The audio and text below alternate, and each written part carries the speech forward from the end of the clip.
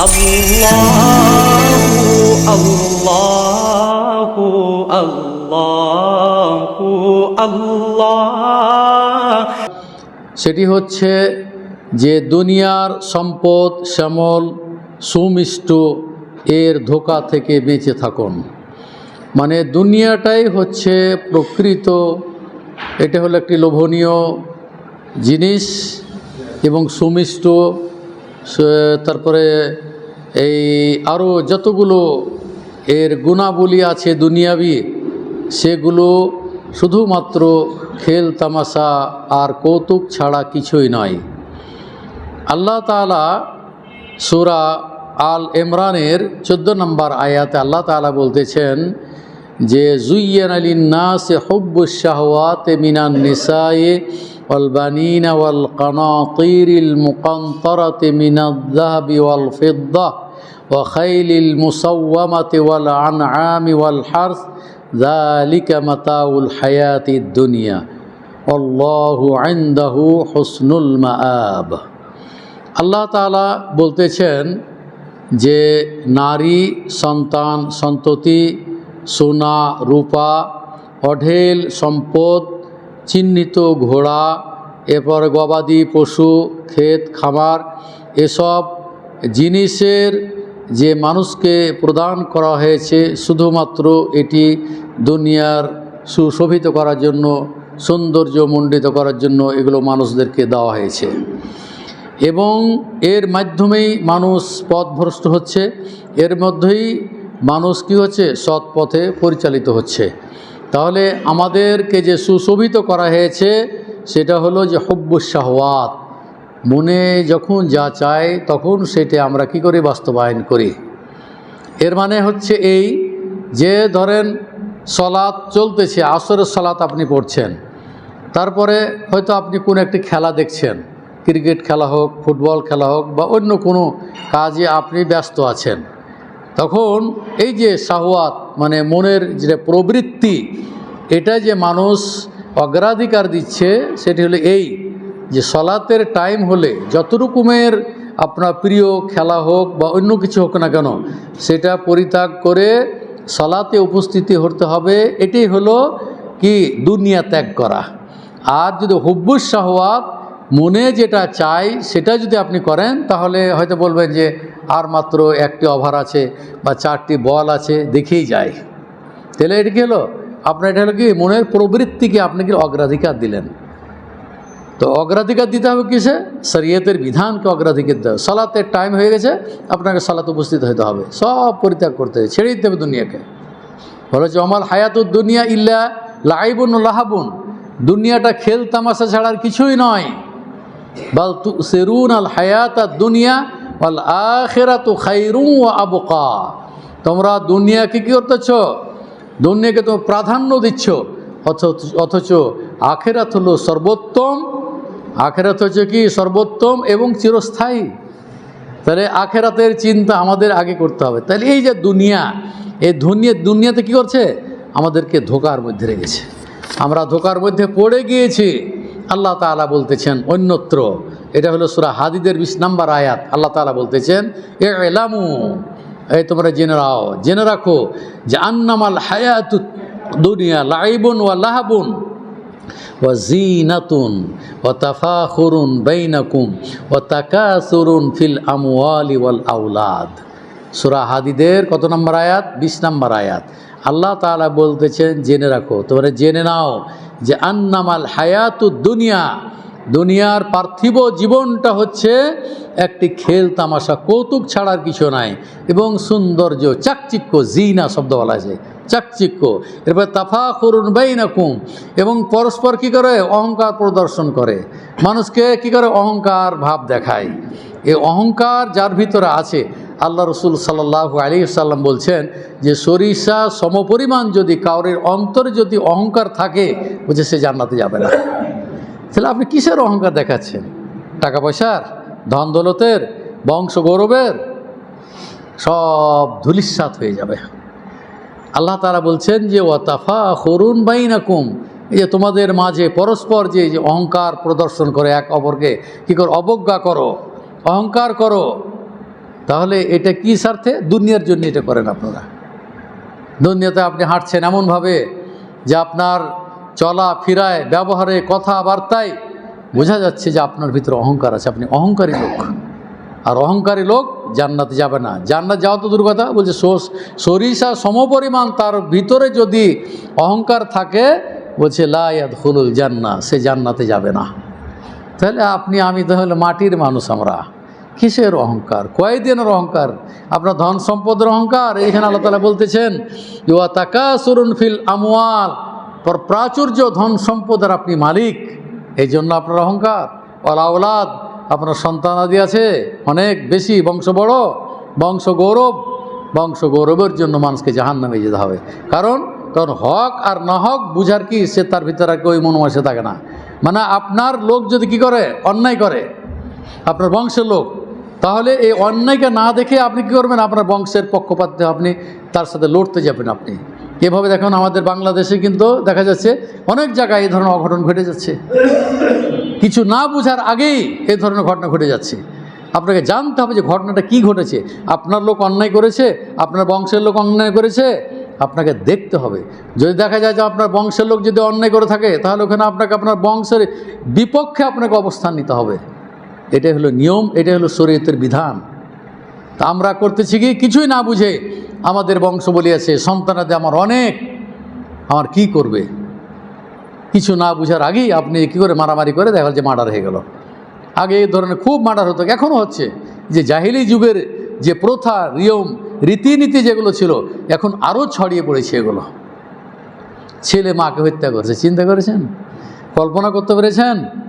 যে মা 10 মাস 10 দিন পেটে রেখেছে, কষ্টের ওপর কষ্ট সহ্য করেছে, ছেলেকে তৈরি করেছে, 2 বছরের অধিক সে দুধ পান করিয়েছে, তাকে লালন পালন করেছে, লেখাপড়া করে মানুষ করেছে, কিন্তু ওই যে সৎসঙ্গে স্বর্গবাস, অসৎসঙ্গে সর্বনাশ, সেই অবস্থা হয়েছে। ওই ছেলেটা অসৎসঙ্গে থাকার কারণে নেশাখোর হয়ে গেছে। তারপরে কি আপনার বিভিন্ন রকমের নেশাতে সে আক্রান্ত হয়ে যাওয়ার কারণে বাবা মার কাছে টাকা চেয়ে টাকা না পাওয়ার কারণে মাকে হত্যা করতে দ্বিধাবোধ করছে না। তাহলে জাহিলুক যুগ কিন্তু এরকম ছিল না, জাহিলুক ছড়িয়ে গেছে। এখন আপনারা এগুলো দেখছেন খবরাখবরে যে একটা ছেলে তার মাকে শ্বাসরোধ করে হত্যা করে ফ্রিজের মুখে ঢুকিয়ে রেখেছে। চিন্তা করেছেন? সুবহানাল্লাহ। আল্লাহ যেন এই ধরনের এই কার্যকলাপ থেকে আল্লাহ যেন আমাদেরকে, আমাদের সন্তানদেরকে যেন আল্লাহ তাআলা হেফাজত করেন। পরিবার গঠন করতে হলে আপনাকে দুনিয়ার স্বাদ থেকে দূরে চলে যেতে হবে, দুনিয়াদারি থেকে আপনাকে অনেক দূরে চলে যেতে হবে, আখেরাতমুখী আপনাকে হতেই হবে। যেইভাবে হোক না কোনো আপনাকে হতেই হবে, আসতেই হবে এই পথে আপনাকে, যেহেতু আপনি মরণশীল, মরতেই হবে। আব্দুল্লাহ ইবনে উমর রাদিয়াল্লাহু তাআলা আনহু বলছেন, একাধিকবার হাদিসটা বলেছি, যে আখাযা রাসূলুল্লাহ সাল্লাল্লাহু আলাইহি ওয়াসাল্লাম বিবাদে জাসাদি, আল্লাহ রাসূল সাল্লাল্লাহু আলাইহি ওয়াসাল্লাম কী করলেন? আমার হাত ধরলেন বা শরীরের একটা অংশ ধরলেন, বলছে ইয়া আব্দাল্লাহ কুন ফিদ দুনিয়া কাআন্নাকা গারীবুন আও আবিরু সাবিলিন ওয়া উদ্দা নাফসাকা মিন আহলিল কুবুর। বলছি আব্দুল্লাহ, তুমি দুনিয়াতে এমনভাবে বসবাস করো তুমি যেন একজন অপরিচিত লোক, তুমি যেন একজন মুসাফির। দুনিয়ার সময় এতটুকু। এরপর আল্লাহ রাসূল বলছেন ওয়াউদ্দা নাফসাকা মিন আহলিল কুবুর, আর প্রতিনিয়ত তুমি নিজকে কবরবাসী মনে করো। তাহলে সর্বদাই, বুখারীর হাদিস, সর্বদাই আমাদেরকে আখিরাতমুখী হতে হবে, সর্বদাই আমাদেরকে 5 ওয়াক্ত সালাতমুখী হতে হবে, মসজিদে আসতে হবে।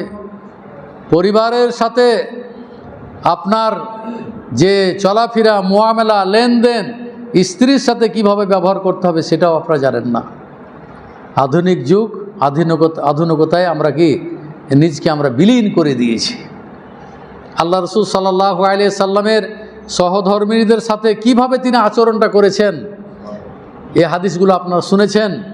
আয়েশা রাদিয়াল্লাহু তাআলা আনহা বলছেন, আপনারা জানেন যে ইহুদিরা তাদের স্ত্রীদের যখন ঋতু হতো, পিরিয়ড যেটাকে বলে ইংলিশে, তখন তারা আলাদা করে একটা ঘরে রেখে দিত। তারা খাওয়া দাওয়া তাদের সংস্পর্শ থেকে সম্পূর্ণ আলাদা করে রেখে দিত তারা তাদেরকে। ইসলাম যখন আসলো তখন নারীদের যে মর্যাদাটা দিল ইসলাম, আয়েশা রাদিয়াল্লাহু তাআলা আনহা বলতেছেন যে আমি তখন ঋতু অবস্থায় ছিলাম। বলছে আশরাবু ওয়া আনা হায়েজ, বলছে আমি পান করতেছিলাম, তখন আমি ঋতুবতী অবস্থায় ছিলাম, মানে পিরিয়ড অবস্থায় ছিলাম। তো উনাবিলুহুন নবী সাল্লাল্লাহু উলাবিনুহুন নবী সাল্লাল্লাহু আলাইহি সাল্লাম, আল্লাহ রসুলকে আমি গ্লাসটা দিলাম, যে গ্লাস আমি পানি পান করলাম, আল্লাহ রসুল সাল্লাল্লাহু আলাইহি সাল্লামকে আমি ওই পাত্রটা দিলাম। তো ফায়াদাউ ফামাহু ফি মাওদাইন ফিয়া, বলছে আমি যেই জায়গাতে মুখ লাগিয়ে পানি পান করেছি, ফায়াশরাবুহু, আল্লাহ রসুল ঠিক ওই গ্লাসের ওই জায়গাতেই মুখ লাগিয়ে কী করছেন, পানি পান করলেন। তাহলে আয়েশা রাদিয়াল্লাহু তাআলা আনহা বলছেন যে আমি ঋতুবতী, কথার কী জন্য বললেন, যে মানুষ তো ঋতুবতী অবস্থায় ঘৃণা করতে পারে, কিন্তু না, ইসলাম যে নারীদেরকে মর্যাদা দিয়েছে সেটা এখানে প্রমাণ একটি। এই জন্য আয়েশাও বলে দিলেন, শরীয়ত যখন তিনি কোনো কথা বলতেন তখন কিন্তু শরীয়তের বিধিবিধানটা এই চালু করার জন্যই কত ধরনের গোপনীয় জিনিস আয়েশা রাদিয়াল্লাহু তাআলা আনহা ব্যক্ত করেছেন, যাতে উম্মত এগুলো শিখতে পারে, উম্মত যাতে করে কী করবে, শিখতে পারে। আল্লাহ রসুল সাল্লাল্লাহু আলাইহি সাল্লাম যেভাবে যেই কারণে হোক তিনি অপবিত্র হয়েছিলেন, দেখা গেল লুঙ্গিতে হয়তো বীর্য লেগে আছে, তাই ছাড়া যে আল্লাহ তাআলা আনহা বলছেন যে আমি কী করতাম, এই কুনি দিয়ে নখ দিয়ে আমি খুঁটরে খুঁটরে একটু উঠে ফেলে দিতাম। কেন এখানে বোঝাতে চেয়েছেন এটা, যে ওটা ধৌত করা দরকার নাই, অতি সালাত আদায় হয়ে যাবে, যদি ভিজা থাকে তাহলে ধৌত করতে হবে। এই কথা বলার উদ্দেশ্যটা কি, বলা উদ্দেশ্য শরীয়তের বিধান, এটা মানুষকে জানানো যে না, এর ধরনের যদি কী হয়, বীর যদি শুকনো হয় তাহলে ওটা হাত দিয়ে ঠুকরিয়ে দিলে কাপড়টা পবিত্র অপবিত্র নয়। নারীদের যখন ঋতুবতী অবস্থায় যখন থাকবে তখন দেখা যায় যদি কোনো কারণবশত যদি কী লেগে যায়, যদি রক্ত বা অন্য কিছু লেগে যায়, তাহলে সেই অংশটুকু ধুলেই যথেষ্ট, পুরো কাপড় ধৌত করার প্রয়োজন নেই, এবং ওই কাপড়েই কী করতে পারে, সালাত আদায় করতে পারবে মহিলারা। তো আয়েশা রাদিয়াল্লাহু তাআলা আনহা বলছেন যে আমি ঋতুবতী অবস্থায় পানি পান করলাম, গ্লাসটাকে যে উনাবিলুহুন নবী সাল্লাল্লাহু আলাইহি সাল্লাম, আল্লাহ রসুলের গ্লাসটা দিলাম। তারপর বলছে ওয়াদা ও ফাহু ফি মাওদিন ফিয়া, বলছে আমি যেখানে মুখ লাগিয়ে পানি পান করেছি আল্লাহ রসুল ঠিক ওই জায়গাতে মুখ লাগিয়ে পানি পান করলেন। তারপর আয়েশা বলছেন যে ওয়াতা আররাকুল আরকা, হাড্ডিযুক্ত গোশত আমি খাচ্ছিলাম ছিঁড়ে ছিঁড়ে। ও আনা হাইজুন, আমি ঋতু অবস্থায় ছিলাম। উনা বেলুহুন নবী সাল্লাল্লাহু আলাইহি সাল্লাম, আল্লাহ রসুলকে ওই গোস্তটা দিলাম, যে গোস্তটা আমি খাচ্ছিলাম হাড়যুক্ত গোস্ত, সেটা আল্লাহ রসুলকে আমি দিলাম।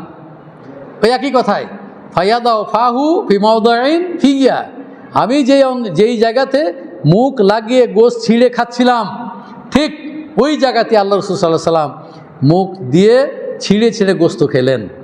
এখানে কী বুঝলেন, যে রাসূলুল্লাহ সাল্লাল্লাহু আলাইহি সাল্লাম স্ত্রীদের সাথে যে ধরনের মুআমালা, তাদের সাথে যে ধরনের আচরণ, ভদ্রতা, নম্রতা যেগুলো দেখিয়ে গেছেন, এটি একটি আমাদের জন্য মডেল, আমাদের জন্য এটা।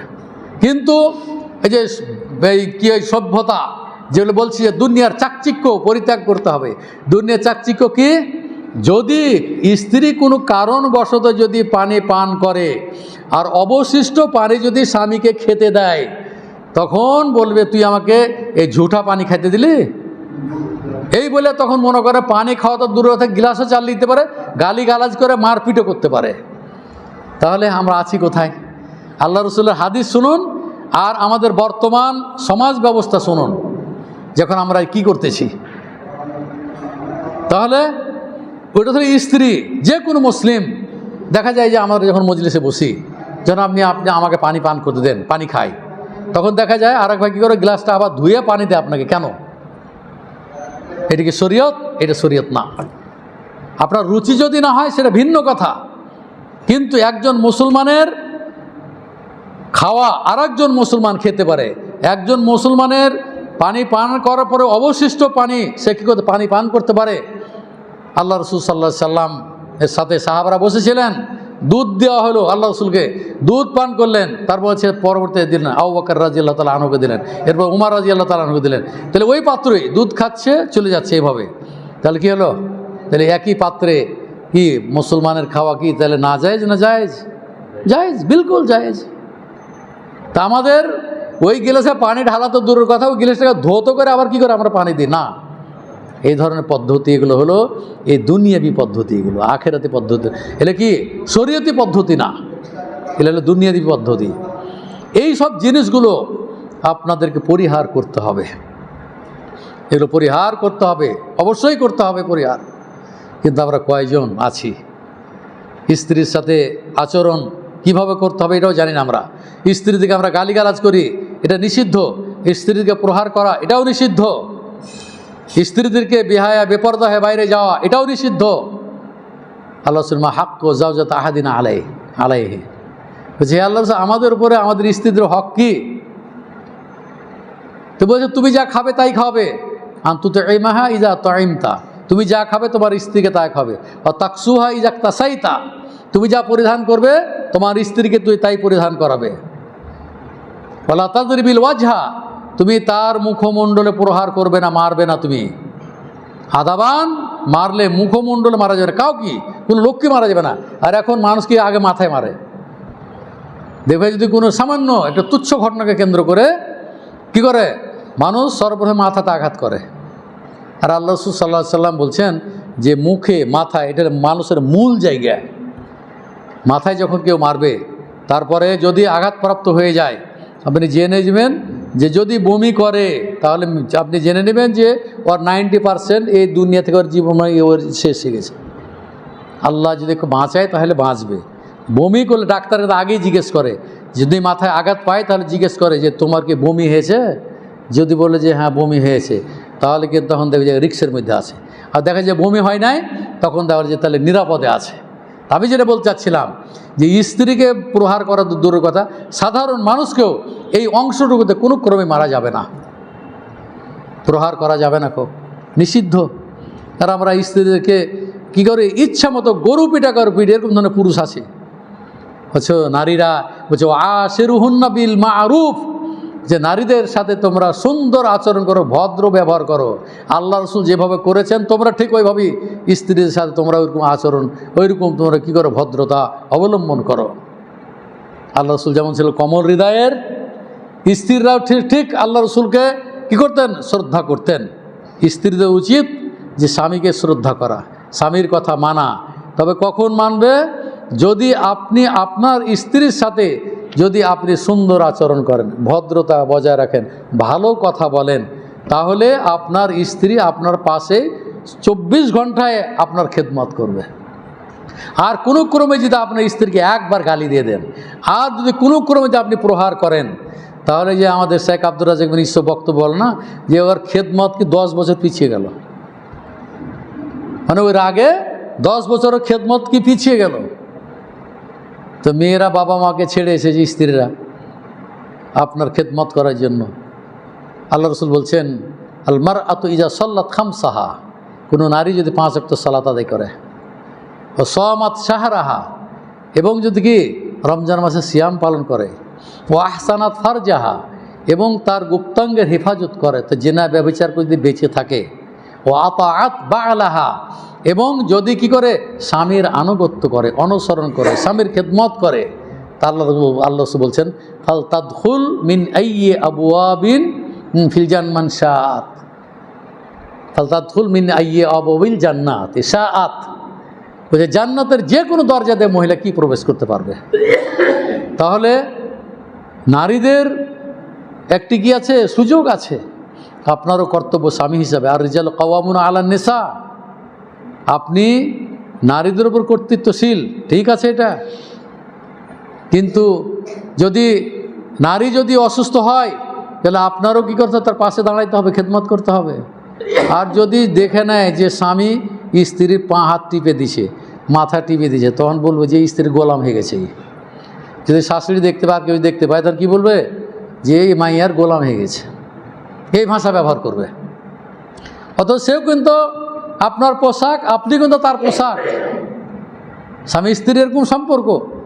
অতএব স্ত্রী যদি অসুস্থ হয়, স্বামীকে তার পাশে দাঁড়াইতে হবে, তার খেদমত করতে হবে। অনুরূপভাবে স্বামী যদি অসুস্থ হয়, স্ত্রীকে পাশে থাকতে হবে, তাকে তার মনোবল চাঙ্গা করার চেষ্টা করতে হবে। এই হলো স্বামী স্ত্রী। জীবনটা এইভাবেই অতিবাহিত করার চেষ্টা করবেন। কিছু কিছু এতে ফেসবুকে দেখি, মজাই লাগে দেখতে, ভালোই লাগে যে আর আসলে স্বামী স্ত্রী। একজন বুড়া মানুষ, ও বডি মানে 100-র ওপর বয়স, মহিলাটাও কি ও মনে হয় 100 বছর, 100-র ঊর্ধ্বে বয়স।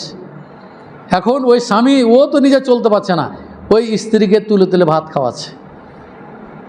এরাই হলো স্বামী স্ত্রী, যে দুজনই অচল হয়ে পড়েছে। অথচ স্বামী স্ত্রীর সম্পর্ক এরকম থাকবে এবং মরা পর্যন্ত এইভাবে স্বামী স্ত্রী পরস্পরকে সম্পর্কটা এইভাবে ভালো রাখতে হবে। কিন্তু বর্তমান সমাজ চলছে উল্টো পথে, ভিন্ন পথে। বিশেষ করে যুব সমাজ বিবাহ করার পরে এমন ভালোবাসা করে বিয়ে করলো, দুদিন পরে দেখা গেলো কি ছিন্ন হয়ে গেলো বিয়ে, সামান্য কাজ নেই। কারণ যে ওই যে বেপরদা বিবাহ করে রেখেছেন অন্য ছেলের সাথে, কি আবার সে ওই যে ফেসবুকে আবার সম্পর্ক গড়ে উঠে তখন কি প্রথম স্বামীকে তালাক দিয়ে চলে গেল। মানে তালাকটা এখন এমনই সহজ হয়ে গেছে যেটা বলার মতো, তালাকই বুঝে না। তালাক কি জিনিস সেটাও বুঝে না, খো যে তালাক দিলে তালাক হবে কি হবে না, কোন সময় তালাক দিলে তালাক হবে কি হবে না, এটাও বুঝে না। আপনি জেনে রাখুন, মুখ দিয়ে যদি আপনি উচ্চারণ করেন যে তোমাকে তালাক দিলাম, তালাক হয়ে যাবে। একজন বলছে হুজুর রাগের মাথায় নাকি তালাক হয় না, মানে ফতোয়ার তো শেষ নাই। বলছে যে রাগের মাথায় তো তালাক হয় না। বলছে না, রাত এই খুশি হয়ে কি তালাক দেয় মানুষ? মানুষ তো রাগের মাথায় তালাক দেয়। কিন্তু হ্যাঁ, যদি অস্বাভাবিক হয়ে থাকে, যদি হিতহেত জ্ঞান মোটেই নাই, ওই অবস্থায় যদি কি তালাক দেয়, সেখানে তালাক হবে না, এটা ঠিক আছে। তারপরে একই বৈঠকে যদি কেউ 3 তালাক দিয়ে যায়, তোমাকে তালাক দিলাম, তোমাকে তালাক দিলাম, তোমাকে তালাক দিলাম, 1 তালাক, 2 তালাক, 3 তালাক, তখন কী হবে? হুকুম কী হবে? তালাক কয়টা হবে? তালাক হবে একটা। কিন্তু এই তালাক কিন্তু আপনার জীবনে কিন্তু এটাই হবে না, মানে এটা নষ্ট হবে না, তালাক আপনার থেকেই গেল একটা। আপনি 90 দিন আগে আপনার স্ত্রীকে বলবেন যে ঠিক আছে তোমাকে আমি ফিরিয়ে নিলাম, আপনার স্ত্রী হালাল স্ত্রী ফিরিয়ে নিলেন। এরপরে যদি কোনো ঘটনাক্রমে যদি আবারও এই ঘটনা ঘটে যায়, তারপরও কী করবে? সে ফিরিয়ে নিতে পারবে। তালাক রাজিই যেটাকে বলে, ফিরিয়ে নেওয়ার অধিকার। 2 তালাক হয়ে গেল। যদি তালাক দেওয়ার পরে 1 তালাকই দেন আর 3 তালাক একসাথে দেন, 90 দিন যদি অতিক্রান্ত হয়ে যায়, তাহলে কি করতে হবে? নতুন বিবাহের মাধ্যমে যদি চায়, স্বামী যদি চায়, স্ত্রী যদি যেতে চায় স্বামীর কাছে, তাহলে নতুন বিবাহের মাধ্যমে কি করতে হবে? তাকে ফিরিয়ে নিতে পারবে। কিন্তু তালাক কিন্তু বাতিল হয় নাই, তালাক থেকে যাবে। ওইরূপ যদি 3য় তালাক যদি কোনো ক্রমে যদি হয়ে যায়, তাহলে আপনার স্ত্রী আর উপায় নেই আপনার ফিরিয়ে নেওয়ার, আর বুদ্ধি নাই, আর বুদ্ধি নাই। তাহলে রাগ করে হোক আর যেইভাবে হোক, তালাকটা এড়িয়ে চলার চেষ্টা করেন। যখন তখন তালাক আপনার দিবেন না, তার কারণ যে পরে আপনি ভুলটা বুঝতে পারবেন যে তালাক দেওয়াটা আমার ভুল হয়ে গেছে। এই জন্য হিসাব নিকাশ করে তালাক শব্দটা উচ্চারণ করার আপনার কোনো চেষ্টা করেন না। এমনি রাগ হতে পারে, রাগ হলে আপনি আউযুবিল্লাহি মিনাশ শাইতানির রাজিম পড়বেন, বাম দিকে 3 বার থুথু ফেলবেন, অথবা শুয়ে পড়বেন, অথবা কি অন্য জায়গায় আপনি চলে যাবেন, তাহলে আপনার সম্পর্কটা ভালো থাকবে। এখনকার বর্তমান মহিলারা যে ধরনের ইন্ডিয়ার চ্যানেলগুলো দেখছে, বুঝলেন, এই যে সমস্ত সিরিয়ালগুলো দেখানো হয়, এতে কিন্তু আরও আমাদের বাংলাদেশের মহিলাদেরকে ধ্বংস করে দিয়েছে। তার কারণ খালি পরকীয়া, ভালোবাসা, আর এক স্ত্রীকে আরেকজন নিয়ে চলে এসেছে, আরেকজন, এই ধরনের ঘটনা ঘটায় এগুলো। আর এগুলো দেখেই তখন স্ত্রীরা করে স্বামীর সাথে তখন তর্ক বিতর্কে লিপ্ত হয়। যখনই স্বামীর সাথে কোনো স্ত্রী তর্ক বিতর্কে লিপ্ত হবে, তখন ওই জেনে রাখুন যে ওই সময়তে কিন্তু শয়তান 3য় জন হয়ে কিন্তু ওকে তালাকের ঘটনা ঘটিয়ে ছাড়বে। এইসব দেখা থেকে মা বোন যারা এসেছেন, এগুলো থেকে বিরত থাকার চেষ্টা করেন, ঈমানকে রক্ষা করেন, বাঁচাবার চেষ্টা করুন, নিচে বাঁচুন, আপনার সন্তানদেরকে বাঁচার চেষ্টা করুন। উ আনফুসাকুম ওয়া আহলিকুম নারা, তুমি নিজে বাঁচো এবং তোমার সন্তানদেরকে জাহান্নাম থেকে রক্ষা করো। বাঁচতে হবে আমাদেরকে, দুনিয়া ত্যাগ করতে হবে। দুনিয়াটা চাকচিক্যময়, সৌন্দর্য, শস্য শ্যামল, যেমন মানুষকে কি করে মুগ্ধ করে দেয়, ঠিক আমাদেরকে তাই দুনিয়া থেকে, এই ধোঁকা থেকে যেন আমরা বাঁচতে পারি। এই ধোঁকা থেকে আমাদেরকে রক্ষা করার জন্য আল্লাহকে সবসময় দোয়া করতে হবে, হে আল্লাহ, আমি দুনিয়া চাই না, আমি আখিরাত চাই। আপনাকে এই দোয়াই করতে হবে এবং এর মাধ্যমে হলে 5 ওয়াক্ত সালাত আপনাকে পড়তে হবে, আপনার সন্তানকে নিয়ে আসতে হবে, স্ত্রীদেরকে সালাত আদায় করাইতে হবে, পড়াইতে হবে, নির্দেশ দিতে হবে। যদি আপনার স্ত্রীর সালাত যদি আদায় না করে বারবার বুঝাবার চেষ্টা করবেন, যদি নাই বুঝে একটাই সমাধান হলো যে কী করা, সংসার থেকে বিচ্ছিন্ন করে দেওয়া। তবে হঠাৎ করে বিচ্ছিন্ন করা যায় না, বুঝাবার চেষ্টা করে বুঝাইতে হবে ওকে, যাতে করে ফিরে আসে। অতএব আসুন, আপনারা আমার যারা বক্তব্য শুনছেন এবং শুনলেন এবং হাদিস কোরআন অনুযায়ী যে বিধিবিধান, সেগুলো পারিবারিক যে তন্ত্র, পারিবারিক যে ব্যাধি, সেগুলো আমরা দূরীভূত করার চেষ্টা করি। আজকে খুতবা তো আলোচনা করেছি, আজকে সেই অংশটার কিছু অংশ নিয়েছি যে দুনিয়াটা এমন, দুনিয়াটা হলো কি ধোঁকা, ধোঁকার মধ্যে। তাহলে আমাদের করণীয় কি? আমরা জানেন যে মানুষ যখন বিরুদ্ধ হয়ে যায় তখনও কিন্তু 2টা লোভ কিন্তু সামলাইতে পারে না। কয়টা লোভ? 2টা লোভ। আল্লাহ রাসূল বলছেন, দেখেন আমার কথা না, বলছে লা ইয়াজালু কালবুল কাবির শাবান ফি ইসনাইনি ফি হুব্বিদ দুনিয়া ওয়া হুব্বিল আমাল। এটা হলো এই বুখারীর হাদিস 64-16 নম্বর হাদিস। আল্লাহ রাসূল সাল্লাল্লাহু আলাইহি সাল্লাম বলছেন, মানুষ যখন বয়স হয়ে যায়, যখন বৃদ্ধ হয়ে যায়, তখন 2টা জিনিসে যুবক হয়ে যায়। কয়টা জিনিসে? 2টা জিনিসে যুবক হয়ে যায়। এক, এটা হলো হুব্বুদ দুনিয়া, মানে দুনিয়ার ভালোবাসা ছাড়তে পারে না, যে আমি যেন আরও কিছুদিন বেঁচে থাকি। দুনিয়ার এমনই ভালোবাসা, এই ভালোবাসা কি সে ছাড়তে চায় না, তখন কে যায়? যুবক হয়ে যায়। তা আল্লাহ রাসূল বলছেন যে মানুষ যখন বয়স হয়ে যায় তখন 2টা জিনিসে কী হয়ে যায়? যুবক হয়ে যায়। একটা হলো কি হুব্বুদ দুনিয়া, মানে দুনিয়ার ভালোবাসা, দুনিয়ার মোহে পড়ে দুনিয়াতে আরও কিছুদিন থাকতে চায়। অতুলুল আমাল, দীর্ঘজীবী হওয়া, দীর্ঘজীবী হওয়া এবং দুনিয়াকে ভালোবাসা, এই 2টা জিনিসে কী হয়ে যায়? মানুষ কী হয়ে যায়? যুবক হয়ে যায়। খেয়াল রাখতে হবে আমাদেরকে যে মানুষ মরণশীল, মরতে হবে। আল্লাহ রসুলের হাদিসের দিকে আমরা ফিরে যাই যে ইয়াতবাউল মাইয়িতা সালাসাতুন, 3টা জিনিস মৃত ব্যক্তির সাথে যায়। কয়টা জিনিস? 3টা জিনিস। এক হচ্ছে স্নান, হচ্ছে ভাইয়ার যে স্নান, 3টা 2টা জিনিস ফিরে আসে, তার বাড়িতে কি আছে? ফিরে আসে। ওয়াবকা মাহু ওয়াহিদুন, আর মাইয়েতের সাথে একটা জিনিস অবশিষ্ট থাকে, সেটা হলো কি? যে ইয়াতবাহু, তার সাথে যায় সবগুলো চলে যায়, পরিবার যায় জানাজা পড়তে, তারা মাল তখনও কিন্তু ওয়ারিস বন্টন হয়, তারা সম্পদ আছে, ও আমালুহু আর আমল, এই 3টা জিনিসকে তখন কিন্তু একসাথে সবগুলো চলে যায় কবরের দিকে। তারপরে যে ফাইয়ার যে আহলুহু মা আলুহু, তারপরে তখন ওই পরিবার যারা জানাজা পড়তে গেছে, যারা ওয়ারেস, তারা ফিরে আসবে, আর মাল তো আছে, কারণ মরার পরে দাফন কাফন করার পর কী হবে? সম্পদ বণ্টিত হবে। তাহলে সম্পদও ফিরে আসলো, আর পরিবার জানাজা পড়তে তারাও ফিরে আসলো। তাহলে 2টা জিনিস ফিরে আসলো, বাকি থাকলো কি? ওয়াবকা আমালুহু, আর তার সাথে যেটা গেল সেটা কি? আমল, যে আমলগুলো আপনি করে গেছেন সৎ আমল, সেই সৎ আমলই আপনার সাথে যাবে, আর বাকিগুলো সব ফিরে আসবে। এবং এই মাল আপনাকে আপনার পরিবার যদি ভালো হয় তাহলে হয়তো কিছু দান খায়রাত করে হয়তো কিছুটা উপকৃত হবেন। আর যদি ওরকমই হয় পরিবার, যদি নেশাখোর হয়, জুয়াখোর হয়, তারপর ইয়াবাখোর হয়, ফেন্সিডিল খোর হয়, জুয়াখোর হয়, আরও কিছু যেগুলো জঘন্যতম এই যে জিনিসে যুব সমাজ যারা নিমজ্জিত হয়েছে সেগুলোর দ্বারাই তা আক্রান্ত হয়, তাহলে আপনিও তার পাপের একটা অংশ আপনার কাছে যাবেই।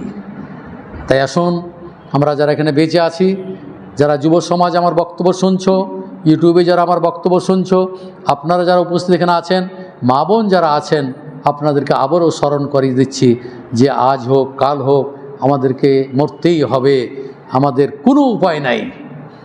আল্লাহ তাআলা বলতেছেন যে এখানে যে তোমরা কি করো? মৃত্যুকে ভয় করো, মৃত্যুকে ভয় করো। এবং বলা হচ্ছে যে ওয়ানফিকু, তোমরা মৃত্যুর আগেই কি করো? আল্লাহর পথে ব্যয় করে যাও। সম্পদ রেখে যান না, সম্পদ রাখবেন ওয়ারিসের জন্য, কিন্তু আপনার জন্য আপনাকে দান করতেই হবে। এই দানটাই আপনার কাজে লাগবে। আমালু আছে না, যে আপনার সাথে সৎ কাজটা যাবে, সৎ আমলটাই থাকবে। তাই আশা করি যে আপনাদেরকে সর্বশেষ উপদেশ যেটা দিয়ে যাচ্ছি সেটা হলো যে দুনিয়াতে যতটুকু আমাদের করণীয় ততটুকু আমরা করব, এবং আমরা সবসময় দোয়া করব, রব্বানা আতিনা ফিদ দুনিয়া হাসানা অফিল আখিরাতে হাসানা ওয়াকিনা আযাবান নার। হে আল্লাহ, দুনিয়া এবং আখিরাতে কী করো? আমাদেরকে ভালো রেখো এবং জাহান্নাম থেকে রক্ষা করো। এই দোয়াটা আল্লাহ রাসূল কি অধিকাংশ ক্ষেত্রে পড়তেন। আপনারা এই দোয়া, সহজ দোয়াটি কি, রব্বানা আতিনা ফিদ দুনিয়া হাসানা ওয়া ফিল আখিরাতি হাসানা ওয়া কিনা আযাবান নার। আর পিতা মাতার জন্য, যারা বয়স হয়ে গেছে তারা তো পিতা মাতা ছিল না, ছিল, হয়তো দুনিয়াতে নাই, চলে গেছেন। যারা যুব সমাজ তারা তো আছো, সবসময় দোয়া করতে হবে, রব্বির হামহুমা কামা রব্বায়ানি সগীরা, রব্বির হামহুমা কামা রব্বায়ানি সগীরা, রব্বির হামহুমা কামা রব্বায়ানি সগীরা। এই দোয়া পাঠ করবেন। আপনার বাবা মা মারা গেল তাদের জন্য ক্ষমা চাইবেন এবং তাদের জন্য দান খায়রাত করবেন, তাদের জন্য সাদকা করবেন, তাদের জন্য যত রকমের কল্যাণকর কাজ আছে সেগুলো আপনারা করবেন এবং নিজের জন্য আপনারা কিছু করে যান। যেগুলো আপনি প্রেরণ করলেন সেগুলো আপনার সম্পদ, যেগুলো রেখে গেলেন সেগুলো আপনার ওয়ারিসের সম্পদ। অতএব আসুন দুনিয়ার চাকচিক্য থেকে আমরা দূরে থাকার চেষ্টা করি, যতটুকু দরকার ততটুকুই করুন, আর বাকি জীবনটা, বাকি সম্পদটা আল্লাহর পথে ব্যয় করার আপ্রাণ চেষ্টা করুন। প্রতিবেশীর সাথে, পরিবারের সাথে, সন্তানদের সাথে সবসময় সদাচরণ করার আপনারা চেষ্টা করবেন। ইত্তাকিল্লাহ হাইসুমা কুন্ত, তুমি যেখানে থাকো না কেন আল্লাহকে ভয় করো, আল্লাহকে ভয় করো। আর যদি কোনো পাপ যদি সংঘটিত ওয়াতবি সাইয়্যাতাল হাসানাতা, আর যদি কোনো পাপ হয়ে যায় তাহলে তার পরপরে একটা ভালো কাজ করে ফেলেন, তামহুহা, তাহলে কি হবে, ওই ভালো কাজটাতে খারাপ কাজটা কী করে মিটিয়ে দিবে। ও খালিকিন নাস বিখুলুকিন হাসানিন, এবং মানুষের সাথে সর্বদা সদাচরণ করবে, ভালো ব্যবহার করবে, তাহলে সমাজে আপনি একজন দায়িত্বশীল হিসেবে তারাও আপনাকে মানবে, আপনার কথা শুনবে। আর আপনি যদি ওই ধরনের রূহ মেজাজের হন, আপনার ভাষা যদি কর্কশ হয়, আপনি যদি মানুষদের সাথে দুর্ব্যবহার করেন, প্রতিবেশীর সাথে যদি দুর্ব্যবহার করেন, তাহলে আপনি দুনিয়া তো ক্ষতিগ্রস্ত, আখেরাতও ক্ষতিগ্রস্ত হবেন। তাই আসুন আমরা যতদিন বেঁচে আছি আল্লাহর পথেই মানুষের সাথে আমরা যেন সদাচর করে আমরা বেঁচে থাকতে পারি এবং আমাদের ধন সম্পদের কিছু অংশ হলেও আল্লাহর পথে যেন আমরা ব্যয় করি, এবং এই যে সমস্ত দুনিয়াদারি যেগুলোতে মানুষ পাপের আখড়া তৈরি করছে সেগুলো থেকে যেন আল্লাহ আমাদেরকে রক্ষা করেন। আমিন। আখিরে দাওয়ানা আনিল হামদুলিল্লাহি রাব্বিল আলামিন। আসসালামু আলাইকুম ওয়া রাহমাতুল্লাহি ওয়া বারাকাতুহু। জি জি।